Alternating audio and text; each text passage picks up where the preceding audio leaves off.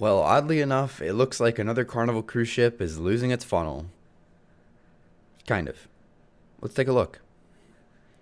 What's going on, everybody? My name is Brandon. If you like cruise news, cruise vlogs, and ship tours, make sure you hit that subscribe button down below, as we do have our Allure of the Seas cruise vlogs that are uploading every Monday and Friday, along with some ship spotting videos. Again, let's go ahead and jump right into today's video. So some of you may be aware that last year in May of 2022, the Carnival Freedom caught fire on its way into Grand Turk, right next to Mardi Gras, ironically. But the funnel caught fire, and they had to chop off the top of it and pretty much do a makeshift funnel for about a year and a half. And finally, as you can see in the images here, she looks fantastic. And the pretty blue paint job, everything. So she's looking great. Freedom's looking better than ever. But now it looks like we're getting another ship that's about to lose its funnel. Kind of, sort of. And of course, we'll get to that here in just a minute. As a lot of you may know, the Carnival Panorama has been having a lot of propulsion issues over the last couple weeks, and they did cancel quite a few sailings. I think close to a month's worth of sailings, if not more. And this is because of an azipod issue. There's something wrong with one of the azipods, which, for those who don't know what azipods are, those are the propeller systems on the back of the ship. So what azipods are, instead of your typical or the standard twin screws, basically just the props and rudders, azipods are a propeller that can rotate a full 360 degrees. And that's what makes azipods so great, is because they can spin the whole 360 degrees, giving the captain a incredible amount of maneuverability with some of these new ships. And that's why so many new ships have azipods. The Oasis class would not be able to do what it does and go the places they do without azipods. And same thing with the Vista class here. There's so much more maneuverability having bow thrusters and azipods. You can pretty much stop and just do a complete 360 and you wouldn't move an inch. Whereas if you were using prop and rudders and the traditional twin screw ideas, they wouldn't be able to do something quite that easy. That's why a lot of cruise lines lately, over the last probably 10 years or so now, have been opting to go with the azipod idea. And Carnival has even got some ships from the 90s, the Elation and the Paradise, and I think even the Miracle as well. Those have azipods. But anyways, enough about azipods themselves. I mostly just wanted to give context of why ships use azipods in the first place. But the biggest downfall to azipods and azipod systems on cruise ships now is they are extremely, and I say extremely, fragile. This is not the first time Carnival Panorama has experienced azipod problems, and to my knowledge, she actually experienced azipod problems within the first month or two of her sailing. Just because of how fragile these systems are, some little thing can mess them up.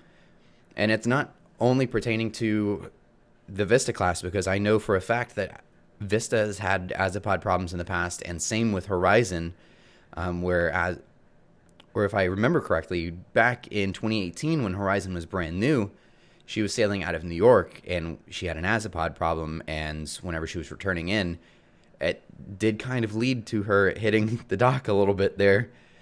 So azipod problems aren't just pertaining to the Vista class. The Oasis class has had a lot of problems with it.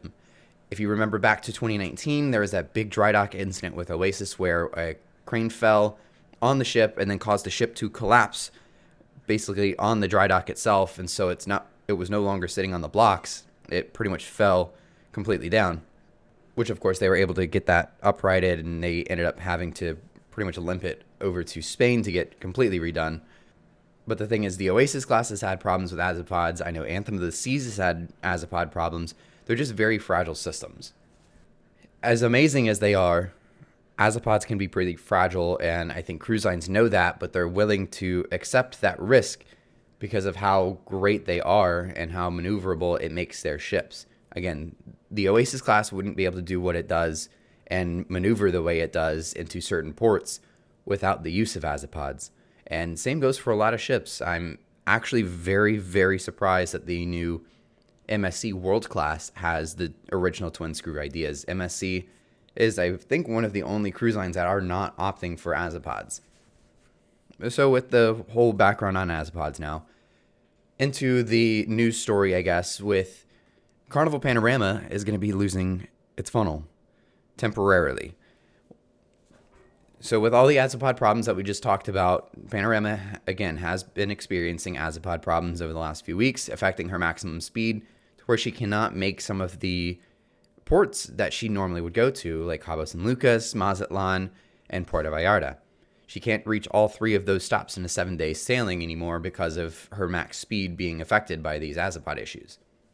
So they had to cancel quite a few cruises. Very unfortunate that they had to do that. But I believe it was about 4 or 5 sailings. So about a month's worth of sailings they had to cancel. There is a dry dock up in Oregon where they're going to be fixing this. But the issue now that they're running into is that the whale tail or the funnel will not get under a bridge. There is a bridge up there that is a little too low, just barely too low for them to get under. So the ship has to sail up to British Columbia. They're going to be removing the funnel on Panorama, then going back down to Oregon, getting her into dry dock, fixing the azipod, and then going back up to British Columbia, put the funnel back on, bring her back down to Los Angeles.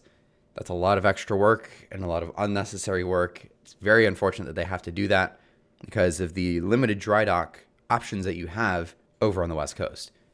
Oregon is really the only thing there, and of course, that's one of the biggest drawbacks is that if you're needing a major dry dock over on the West Coast, you need to go to Singapore. That's not very close to LA. That's not very close to California. So, and that's why actually next year, I believe it is in 2024, Panorama is due for a big 5-year maintenance dry dock.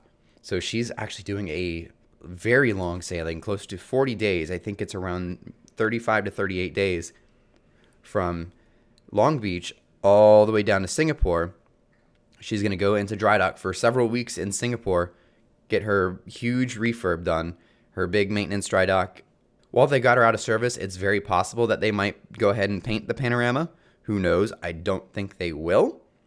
But if they don't, that's when they're going to do it, is when they take her all the way down to Singapore to repaint her and then, of course, just kind of touch everything up and make sure everything's running like it should be. And then, of course, once she's done in Singapore, she's going to make a very long sailing, close to 40 days, back over to Long Beach. So there's a lot of drawbacks to sailing on the West Coast, especially with a large ship. The Panorama is a very large ship for California. California doesn't get very many big ships, other than, of course, the Norwegian Bliss and the Breakaway Plus class from Norwegian Cruise Line because of their seasonal Alaska sailings. Whenever you need to maintain a ship or whenever you have problems with a ship, it becomes a very big problem because of this limited dry dock space. So it's very unfortunate. I wouldn't be surprised down the road, because we do have the new Carnival Firenze coming over from Costa Cruises that's also going to be sailing into Long Beach.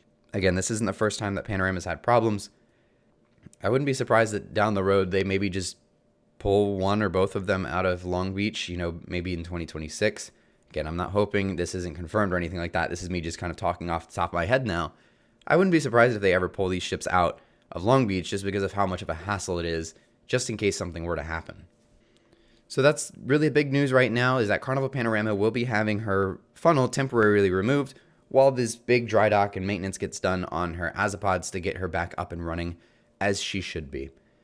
So quite the hassle. Got to take her up to British Columbia, take the funnel off, back down to Oregon, get her under the bridge, fix everything, possibly paint her. Fingers crossed. I'm really hoping, because that blue paint job looks beautiful on the Vista class, and I'm waiting for Vista here in Port Canaveral to get hers done in January. Once they get everything done, they got to take her back up to British Columbia, put the funnel back on, and then take her down to Long Beach. Then she finally get back in service. So that's a very long time. We're probably looking mid-December that she gets back, if not later. She may be out for the rest of the year. It's kind of crazy to think about. But anyways, let me know what your thoughts are down below on the Panorama. Have you ever sailed on Panorama? I'd love to. That's the only Vista class I have not sailed on. Anyways, thanks so much for watching. We'll see you in the next one.